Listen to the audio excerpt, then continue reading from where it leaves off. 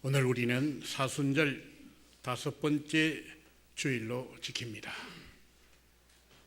오늘 우리가 함께 묵상할 말씀의 주제는 용서입니다. 예수님께서 사람의 몸을 입고 이 땅에 오신 목적은 용서하시기 위함입니다. 사람들이 저마다 지은 죄가 너무나 많고 죄를 용서받지 않고서는 심판을 피해갈 수 없으며 구원 얻을 길이 없기 때문에 주님께서는 우리를 위하여 우리의 허물과 죄를 용서하시기 위해서 이 땅에 오신 것입니다. 예수님께서 맨 처음 가르쳐 주신 기도, 오늘 우리는 주기도문의 일부분을 보는데 주님께서 맨 처음 제자들에게 가르쳐 주신 기도가 주의 기도인데 이 기도의 핵심은 용서를 청하는 기도입니다.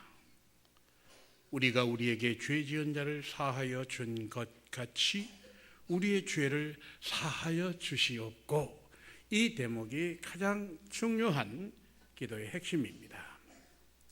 예수님께서 이렇게 맨 처음 가르쳐 주신 기도가 용서이며, 예수님께서 마지막으로 하신 말씀, 마지막으로 하신 기도가 십자가에서 주신 말씀이요 기도인데요, 예수님 십자가에 달리셨을 때 그 아래는 자신을 십자가에 못 박은 군병들이 거기 있고, 채찍질한 병사들이 거기 있고, 조롱하고 침뱉는 이들이 거기 있고, 욕하는 이들이 그 아래에 있는데, 저들을 내려다 보면서 예수님께서 하신 말씀, 마지막 기도 내용이 용서라고 하는 것입니다.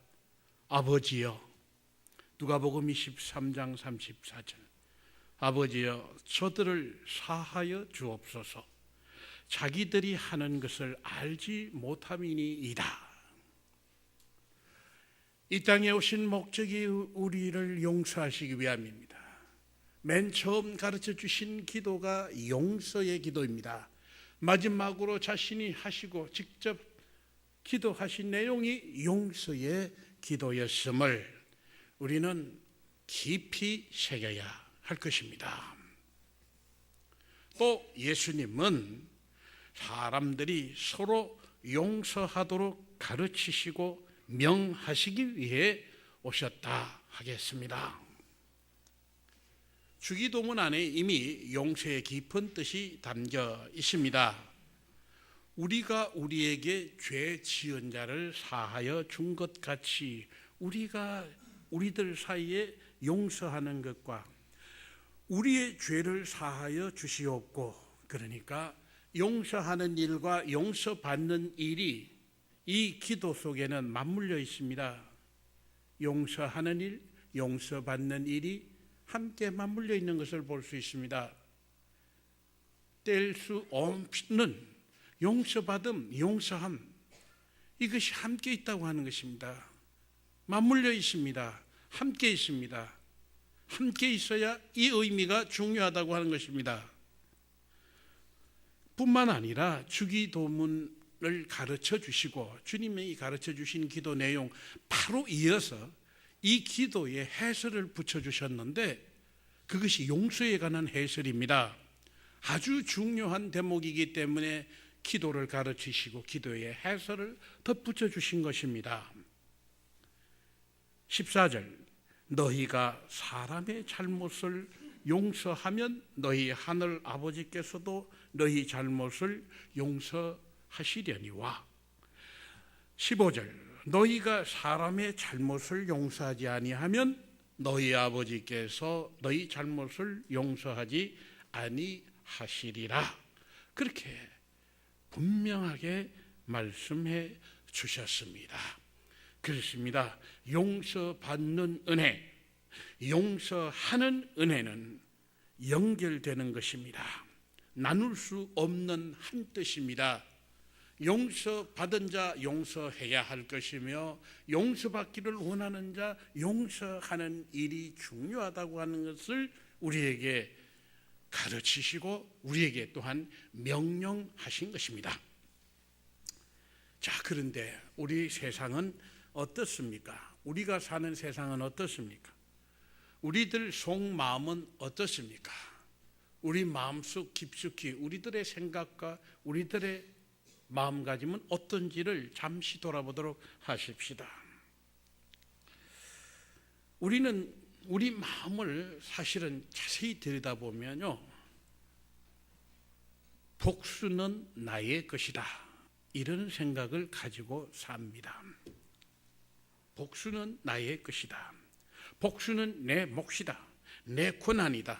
복수하는 것은 당연한 일이다. 나에게 모욕을 준 사람을 향하여 내가 보복하는 것은 내 몫이다. 내 권한이다. 그건 당연한 거 아니냐. 나를 슬프게 한 자, 아프게 한 사람, 억울하게 한 사람 혹은 원통하게 한 사람에게 보복을 하는 것은 내 몫이요, 내 권한이요, 당연한 것 아니겠느냐 하는 것입니다. 또 우리들 생각 속에는 또 이런 생각이 있습니다. 보복은 나의 의무이다. 부모와 스승에 대한 원수를 갚는 일, 그들을 쓰러뜨리고 망하게 하고 그들에게 여지없는 보복을 하는 것은 당연히 내가 해야 할 의무라고 생각하는 그런 전통이 계속 이어져 왔습니다. 부모의 원수를 갚는 일은 반드시 해야 할 자식의 도리라고 그렇게 가르쳤습니다. 때로는 그것을 말리지도 않았습니다. 스승의 원수를 갚는 일은 제자들이 마땅히 해야 할 의무사항으로 여겼습니다. 많은 나라, 많은 백성들의 가르침의 내용이 이런 것들이었습니다. 만화를 봐도 영화를 봐도 소설을 보아도 보복이, 원수에 대한 보복이 크고 지독할수록 멋진 제자요, 멋진 자식이요, 효도하는 자식이요, 그리고 독자가 봐도 통쾌한 그런 것쯤으로 여겼습니다. 인류가 처음 만든 법조문은 성경보다 더 거슬러 올라갑니다. 하무라비 법전, 수메르 문화유산에 의하면 눈은 눈으로, 이는 이로 갚도록 그렇게 가르치거나 그렇게 법조문을 정했습니다. 동해복수법 혹은 동태복수법이라고도 하는데, 상대방에게 내가 입은 상해, 눈을 다쳤다든지 이가 뽑혔다든지 팔이 부러졌다든지 같은 모양으로 보복하는, 이는 이로, 눈은 눈으로 갚는다고 하는 것입니다. 같은 해를 받은 대로 해를 주는 동해복수법, 혹은 내가 아픔 당한 모양대로 상대방의 그 모양으로 갚는다는 게 동태복수법, 이런 이름으로 불리는 그러한 법을 가지고 있었습니다. 눈은 눈으로 갚고 이는 이로 갚고 생명은 생명으로 갚고 가축은 가축으로, 종은 종으로, 상처는 상처로 이렇게 갚아야 된다고 하는 것입니다. 성경에도 이는 이로, 눈은 눈으로 갚는 그러한 조항이 일부 나오지만 그것은 여기서 말하는 보복하고는 내용이 조금 다릅니다. 뒤에 설명하겠습니다. 자, 복수는 그래서 나의 것이요, 내 마음대로 할 수 있는 것이요, 내 권한점으로 여기는 그런 생각들을 가지고 있었습니다. 뿐만 아니라 그러면 용서하는 일은 용서도 나의 것, 용서를 해줄까 말까, 용서의 권한이 내게 있는 것처럼 생각하고 용서할 수 얼마만큼 용서할까, 용서의 재량이 내게 있다고 생각하는 그런 생각들을 우리 사람들이 저마다 가지고 있습니다.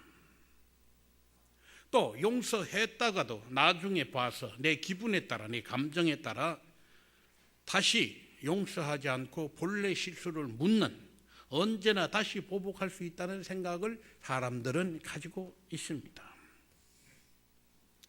그리고 지금 사람마다 아직 누군가를 용서하지 못한 그러한 이 악감정을 나름대로 다 가지고 있습니다.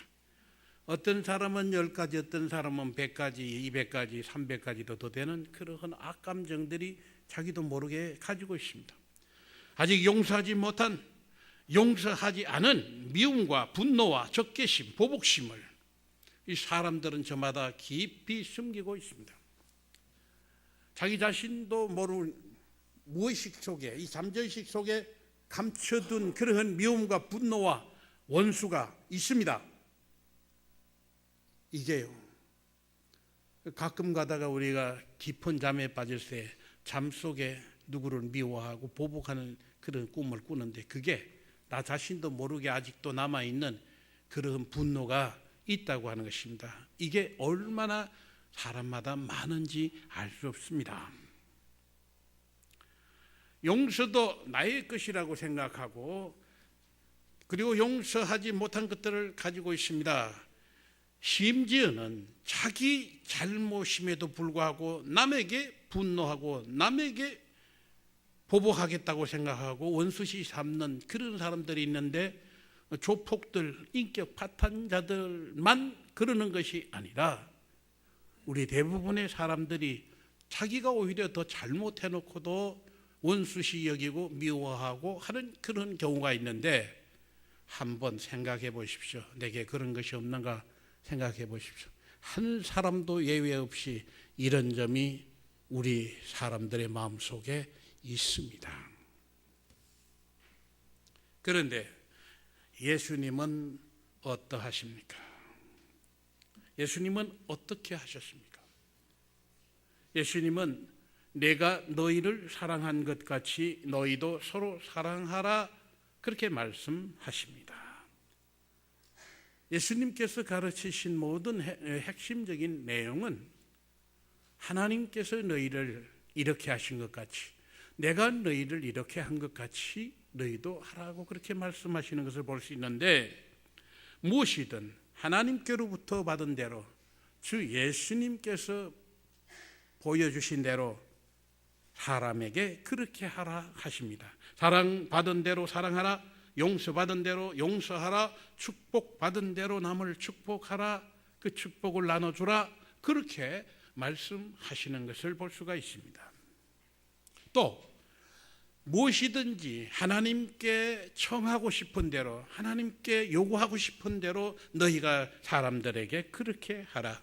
사랑받고자 하는 대로 사랑하라, 용서받고자 하는 대로 용서하라, 너희가 대접받고자 하는 대로 그렇게 대접하라, 그렇게 말씀하시는 것을 볼 수가 있습니다.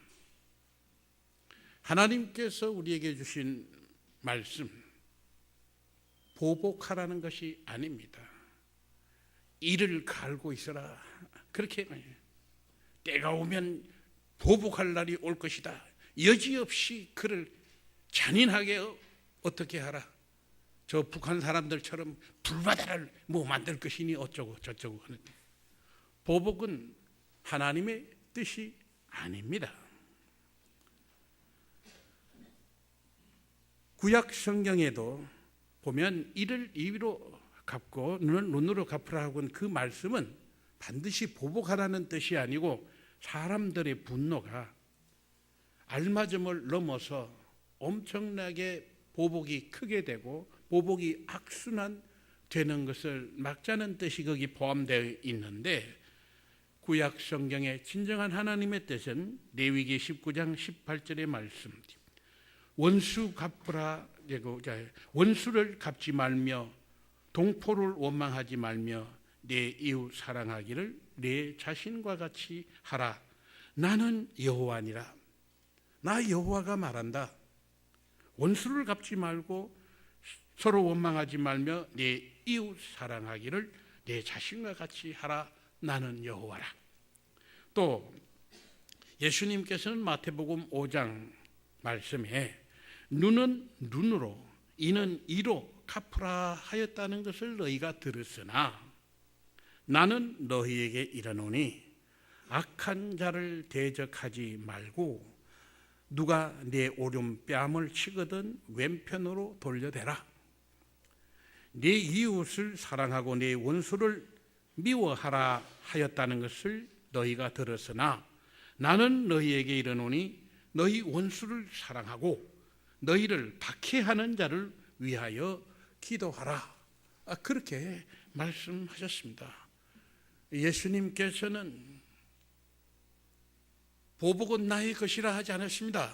용서도 내 마음대로 할까 말까 하는 것도 아니라고 말씀하시는 것입니다. 예수님께서는 하나님께로부터 받은 것이 무엇이더냐? 사랑받은 한 대로 사랑하라, 용서받은 대로 용서하라, 축복받은 대로 축복하라고 말씀하시는 것입니다. 베드로가 건방을 떨었습니다. 용서는 내가 할까 말까 하는 사람인 것으로 생각을 했는데요. 베드로가 예수님께 주여, 형제가 내게 죄를 범하면 몇 번이나 용서하여 주리까? 7번까지 하리까? 그렇게 물었을 때 7번뿐만 아니라 7번을 7번까지라도 하라. 490번하고 491 한 번째는 용서하지 말라는 뜻인가? 너 7번 용서한다고 하는 것도요 엄청난 일입니다. 7번 여기 용서할 만한 그런 믿음의 용사가 여기 계십니까? 우리 7번 용서하기 어렵습니다. 거의 불가능합니다. 그런데 예수님께서는 무한대의 용서를 하라고 하시는 것입니다.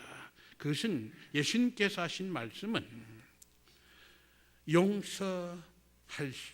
용서할 수 있는 바로 근본이 하나님께 있다고 하는 것입니다.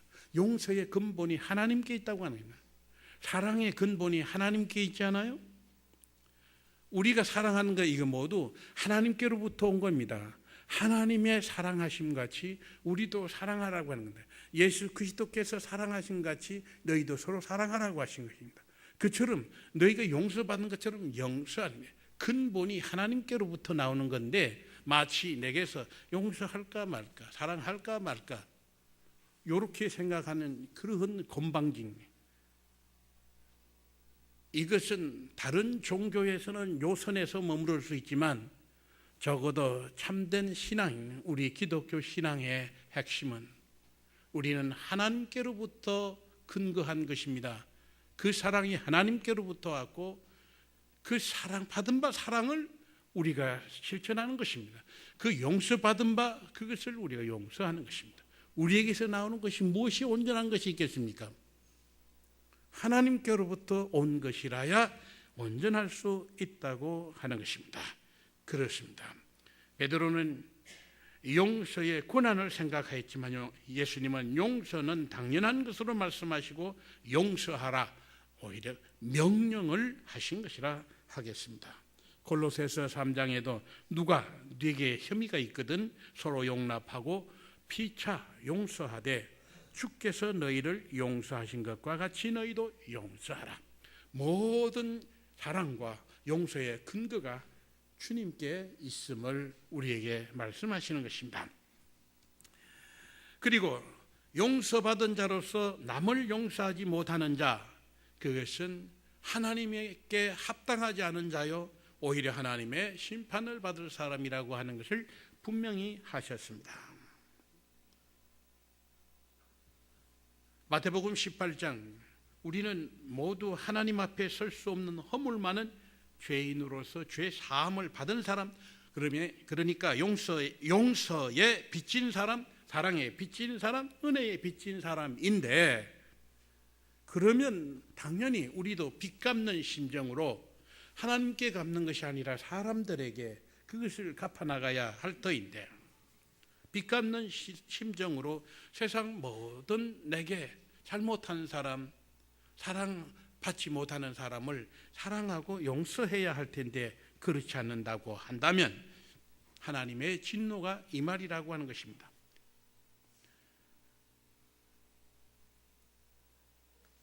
남에게 보복하고 미워하고 다투고 저주하는 삶을 산다면 우리는 하나님 앞에 도저히 구원받을 수 없는 그런 존재가 되고 말 것입니다. 어떤 이는 남도 아닌 부모를 원수시하고 형제에게도 보복하고 교우들 사이에도 보복하는 그런 일이 있는 것은 참으로 딱한 일이라 할 것입니다. 사랑하는 여러분, 이제 자신을 돌아보십시다. 이 사순절에 자신의 모습을 진실로 돌아보는 것은 의미 있는 일이라 하겠습니다.